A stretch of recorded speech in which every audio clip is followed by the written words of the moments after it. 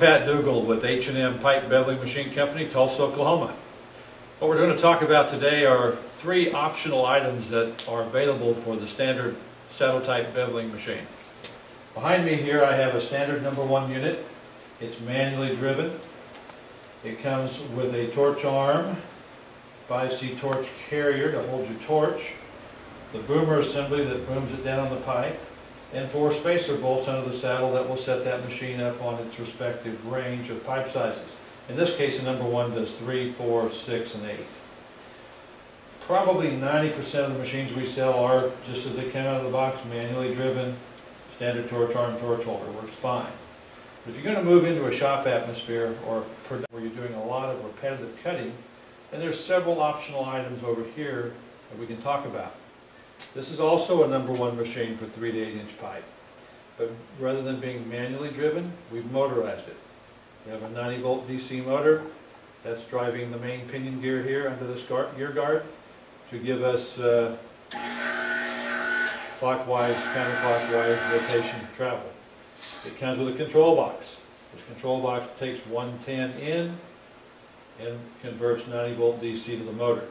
Clockwise, counterclockwise, and a rheostat to vary the speed of travel. We also have on this machine what we call a torch valve manifold block.